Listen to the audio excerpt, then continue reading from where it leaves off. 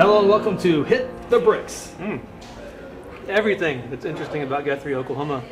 That was the coffee pause. Right? So if you're just listening to us, I took a sip of coffee, which is appropriate. And if you're not watching us, I'm the only one without a coffee cup or saucer. But the chocolate milk is awesome here. We are on location today, the second level of Hoboken Coffee Roasters. So if you haven't been to Hoboken in a while, Who hasn't? right, exactly. Everybody has been here. But if for some reason you are the one weirdo who hasn't been here in a while, Trey, tell us what's going on in this area that we're sitting in right now. Yeah, this is I call it our production facility, roasting room. That's strong. Sound effects. Yeah, so we were able to open up about 1,000 more square feet in the building that we're currently in. We moved the roaster up here, green coffee storage, packaging tables, dry goods storage. So it's wild how much room you need for storage when you start a small business. And ironically enough, when we opened, we didn't even have a broom closet. There was no, I don't know what we did those first few years. And slowly over the years, we've kind of like pushed things, moved walls a little bit, and gained a little bit more back room until finally we really got the back. This is like the biggest back room I ever imagined. Was it busy enough when you first started and chaotic enough that that's actually a true statement that you don't remember how you did some things? Does it seem like a blur? No, I remember. I just don't want to say where I put things. People are listening. Right. Meaning like it probably wasn't, it just wasn't ideal. It was, I'd stash stuff on top of the bathroom ceiling, just cups like stacked everywhere. It just didn't look very nice. And I got to visit with you a week or two ago about the expansion here. One of the cool things is the a little training area. Yeah. So you can kind of learn up here before you go down to the main floor. Yeah. So really, all we did up here, we pretty much tore out everything that was in here. But the only thing we built was a bar. So we built a bar with the intentions of stocking with all the equipment that we would need, espresso machine grinders. So when we have new hires, we can train them kind of like in a lab versus like in live action, which is really hard to train somebody when you have like a normal workflow, customers coming in, ordering drinks, and so we're not there yet. We don't have all the equipment we need on this this new lab bar, but eventually we will. So it's kind of like I was just like planning down the road. Absolutely. Yeah. So thanks for having us here in the production wing of the Hoboken Empire. One more question on Hoboken. I was with someone last week because we met here and we went over some documents, but every time I come in here, I don't know anybody. and I was explained to me that people come from all over just to come in to have coffee. Yeah. Is that common? Like that would be? It'd be like me going to Stillwater to a coffee shop and just doing my business there. Is that? No. Am I becoming the old guy and don't know the young stuff guy? What's going on here? Tell me. There are literally people that drive down from Stillwater multiple times a week just to like hang out here for a couple hours and do some work and have a coffee. Like they just, it's like a change of pace for them. Okay. It's just close enough where it's, it's worth the drive. Yeah. But yeah, I mean, that's surprising to me. Of course, we have people that will come from all over just to see it one time. But the people that are like, I come a couple times a week just because this is where I want to get my coffee. That's really neat. It really is, and that's a compliment as well. So. Well, thank you. Okay, Justin, back to you. Back to me. Like one of the cool things that's been going on here at Hoboken for like a year now, or maybe even longer. Maybe more. Yeah, the Tiny Town concert series. It's been 12 episodes now. It's been one of the cool things just to kind of watch that happen over this last year. The newest episode you posted this morning. Yep. And we can talk a little bit about that episode in a bit, but Trey, do you want to talk about how that series kind of like how it came to be? Sure. Yeah. It's a pretty simple, straightforward story. I just had a moment while I was browsing YouTube, watching videos, and came across a Tiny Desk episode. If you're not familiar with that, it's NPR's musical series that started about 10 years ago. I actually think there was a little write-up about 10 years of Tiny Desk concerts. Anyway, it was someone's idea to just bring in a musician and have them play right in the offices of the NPR. Bob Boylan. Yes. Yeah, that's who it is. There you go. Yeah. Thanks, Bob. And then it just kind of like, it was just lightning in a bottle type of deal where, it started out and they just low level, probably regional artists, and people connected with it and they kept putting them together, and before you know it, I mean, now they have the biggest acts in the world come through and play in this tiny little office. So I was watching one of those. I've been watching them for a long time because they're fascinating little live bits of musical. They're wonderful. And Taylor Swift did one like last month. yes, Here? Not here. No. we're talking about the tiny. You would have known desk. about that. You better let me know that type of stuff. yeah. So they're so big, even Taylor Swift is them. Right. Yeah. Which people might have an opinion one way or another about that. Sure. So you had mentioned to me like before these concert videos started a while back. You mentioned the idea of trying to do something. And then I think we both kind of just forgot about it for a while. Yeah. And then we revisited that, and just the idea of you have a great space here. It's super photogenic, and I think it just makes people comfortable just to hang out here, and for the musicians to come in and play for these concert series. Clark, I don't think I've said your name yet in this conversation. Clark Underwood, welcome to the show. Thank you, glad to be here. So from the side of like shooting something here in the coffee shop. Hold on. Yeah. You're the producing guy? You're the one who puts all this together? I shoot the video, I edit it, we record That's it. what I'm talking about. Yeah. That's big time stuff. That's you. Yeah. Awesome. This could be a fun podcast. He's like, who is this guy? He's been the whole time. Wow, you do a good job, man. So back up real quick though.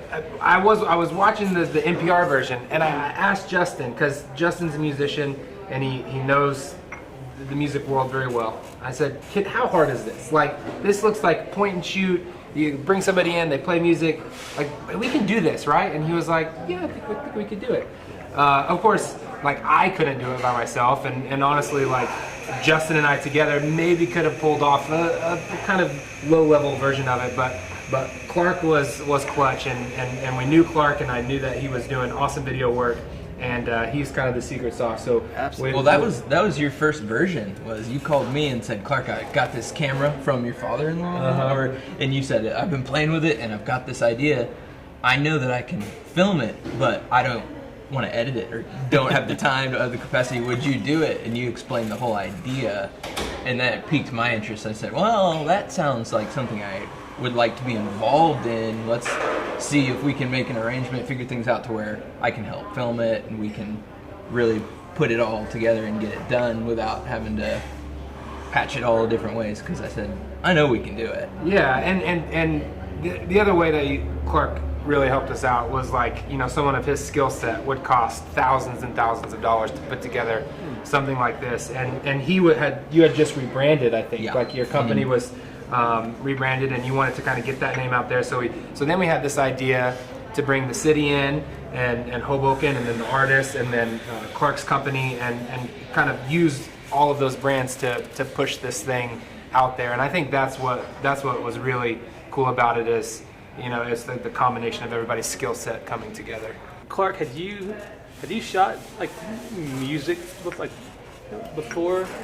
Yes, actually, oddly enough, one of the ones that we filmed, Justin Jocelyn, we shot one here. I had done a Tiny Desk concert for him because they run a contest like maybe annually to where you can do your own and submit it. Oh yeah. And then if the winner gets featured and does a real deal Tiny Desk concert. So we had filmed one with him and it turned out really good. So I knew that I liked the speed and the environment and the kind of idea of capturing the music raw in a environment that isn't super prefabricated. Totally. Not a music video, but not a Vivo live performance kind of thing. So yeah.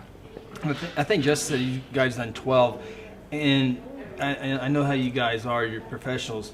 You have 12, but you try to do something different in each video just to give it unique look to it. I think the uniqueness, we kind of have a formula.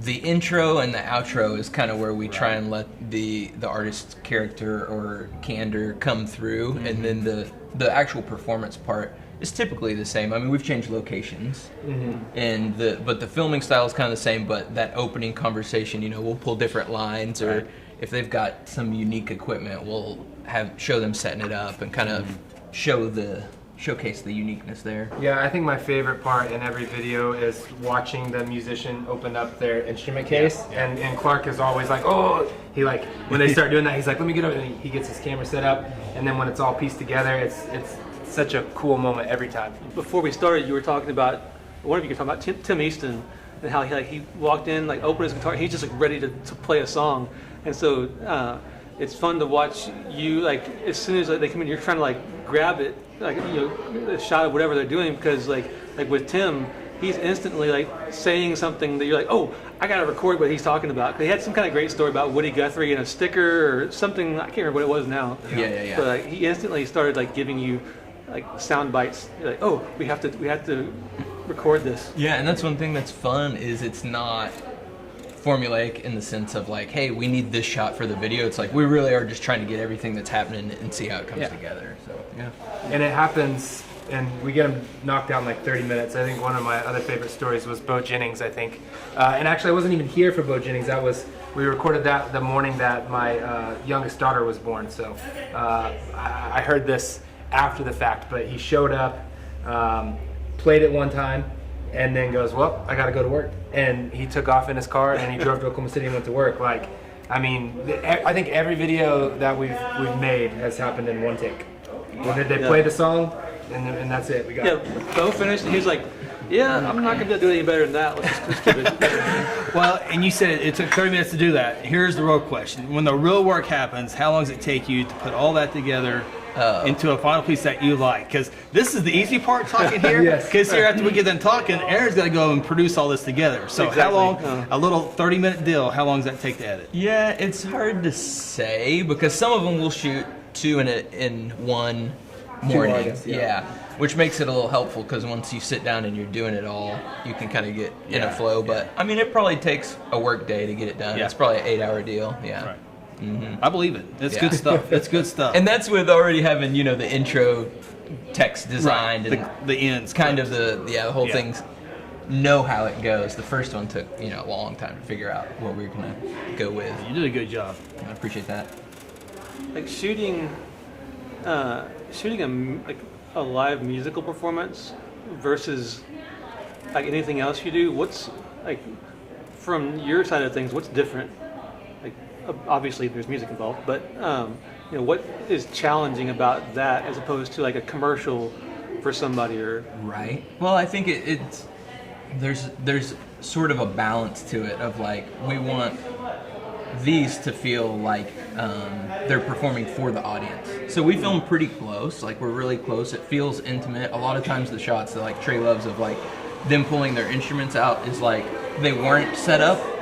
That's just something I keep on mind of I want to get that. So it really is they're unfolding their gear to play for you, and so to keep in mind that a lot of times that it is a one take deal, so there is some pressure of if I fumble on the camera work or we kick the mic stand or whatever, it's oh no, the magic has died, So there is that pressure of we want to get the true raw live performance. So that's a little bit different than shooting a commercial or shooting a information piece or an educational piece. You can shoot stuff over and over and over until you get the take you like. Yeah. But I think in this situation it's reversed because the take we want to is the most natural one. Yeah. They feel so intimate that I get messages all the time from our social media accounts. People will say, "How I wanted to be at that concert. How come you didn't tell me that was going to happen?" And they're called Tiny Town concerts, but really we don't promote it as a concert because we've realized it's way too complicated to figure out. It's going to happen at this time. All these people are here. Because you got to have it fairly quiet. So we just kind of let the cafe like right before we start, we'll say, hey, we're going to film this. Here's the artist. And then the few people that happen to be in the room, they get to witness it. But otherwise, it's not like a promoted concert. But when you watch it on a computer screen or wherever, it feels like they're playing the show for you. That's what feels really neat. I think it is really cool too for the people who just happen to be there during, like they've come in for just a cup of coffee, and all of a sudden they're watching this weird mixture of a small concert and a video shoot, and it's just like, oh, this is delightful. I'm gonna sit here and drink my coffee while this is cool things happening in front of me. It's like the whole coffee shop is behind the scenes on a set. Yeah. And I think at first people were kind of like not sure whether to clap or not, and like, yeah, I'll just come in and clap. This is, and a couple of the shoots, like Wood Willow specifically, after they got finished, they were like, we're here. They couldn't help it. Let's just keep playing some songs. They had to play more songs. Yeah, I think they have kind of like that DNA of like, I'm here, I have an instrument out, we have to just keep playing. Yeah, that was fun. Well, they had that mentality of like, that was one song, we're warmed up, we can't stop now. We got to actually use these things. So you've done 12 or so. So do you keep going with the same format? Are you maybe looking to tweak it, or is there a new brand idea coming down the line, or is it just it is what it is? It's good. Don't mess with it. Yeah, that's a good question. I think we're always talking about new things, and I think really the artists are what bring the flavor in terms of making things feel new and exciting. But if you look back at 10 years of Tiny Desk concerts, the only thing that's changed there is like the video quality's gotten better, just because cameras are better 10 years later. But I think that's what's so neat about it is like it's just that's where they play, they say go, and so the biggest change that we made was once we opened this space up, and the roaster used to be down there, and we always recorded in front of the roaster, and we moved the roaster up here, like, well, maybe we should keep recording in front of the roaster. So we have moved the setting, and I think we're trying to figure out still exactly how to use this room to its full potential. But otherwise, I think we're just going to let the artists come in and wow us with new stuff. And that's another thing that Justin's great at, is he's so in tune with the local artist scene that he picks these people, and he knows when they've got new albums coming out or whatever. So they're ready to get some content out there, and everybody that we've had has just been so wonderful to work with. Yeah, that's one thing that's been really cool about the project, is I know to the artists it's been super beneficial too, because like getting a free promo video for you have an album coming out or a concert coming up, like I know that the artists have expressed that, like, wow, it's cool that the city and the Hoboken and everybody came together to make this happen, and I'm benefiting. Absolutely, they are. So, if for our audience that never seen the Tiny, where can they find these concerts at? Yeah, that's a great question. You want to? Well, you archive them on your YouTube page. You can go back and watch all of them there. The newest episode, which you posted this morning, we're recording on Wednesday, was a band from Brooklyn. Like most of the artists have been Oklahoma artists. We've had a couple now that were like touring folks. Tim Easton was the first, but today's episode, which was of a band called the Bergamot from Brooklyn, they were touring through, and it was a little bit unique because they shot their video that afternoon, and they played a concert here that night. That was the first like video, right? Yeah. So that was like a kind of a unique deal, and that was fun. That was really exciting. For them to reach out and say, hey, we've seen what you've done, and we think these are really neat. We're coming through. I had never heard of them, and so I texted Justin. I was like, what do you think about this band? They're from Brooklyn. And he's like, well, New York. I mean, yeah. So, but we dug into, stuff that put out, and they were fantastic. So we booked them, and then we also did I think it's like the first time I've done a ticketed concert. So I like pre-sold tickets for a show that they performed after we recorded the video. And it was great. It allowed us to pay the band, and then they were able to continue their tour. So I think that was a big piece of what we were wanting to accomplish with this whole concept. Is like we want to showcase that there's so many great musicians in Guthrie, around Oklahoma, but that this could be Guthrie can be a hub for yeah. touring artists and for great musicians to live or to come through here to make music and share all that. And that was kind of like the fruition of all that. Mm-hmm. Yeah, a band from New York. They stopped in Guthrie and played a show. So my dream is to have one of my favorite artists happen to catch wind of it and want to stop through. So. No pressure, Justin. Right. Let's take a quick break and watch that newest episode with the Bergamot, and then after that we'll talk some more. Hey, we're the Bergamot. We are in from Brooklyn, New York. We're currently on our West Coast tour promoting our brand new album, Mayflies. We're so excited to be here in Guthrie. And this song we're about to perform is a song called LA, and there's very few songs. There's a lot of songs about heading out west and very few about leaving, and so that is exactly what this song is about.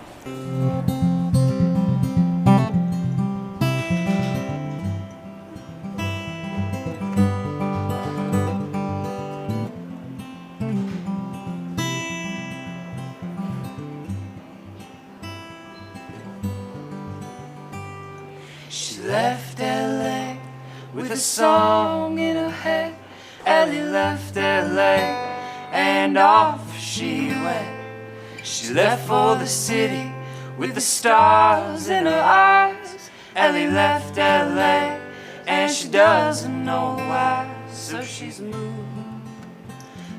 on. By the time I write this song, she'll be gone.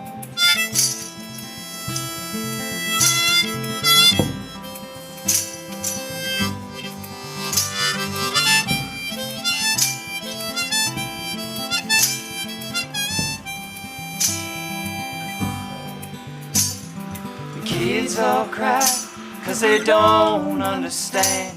Ellie left LA, this was never the plan. She's hoping for a life, living out there on the road. She was hoping for something new, cause she was growing old. So she's moving on.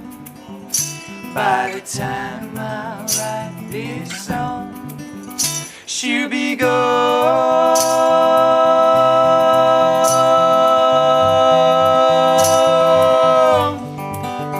She'll be gone.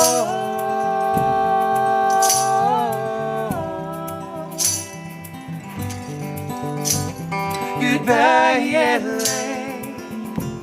Goodbye, LA. Goodbye, LA. Hey, goodbye, LA. She packed her bags and she wrote this note. Now she's gone. Now she's gone. She made her way while I wrote this song. Now she's gone. Now she's gone.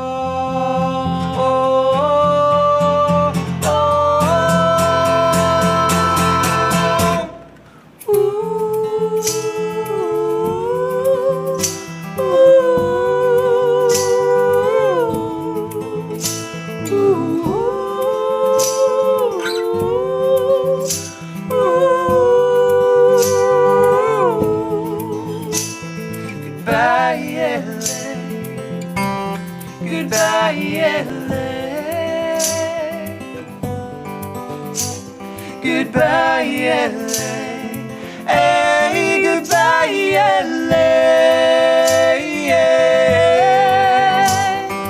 I want to believe in you.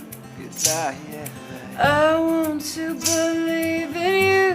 Goodbye, LA. I want to believe. Goodbye, LA. I want to believe, I want to believe in you.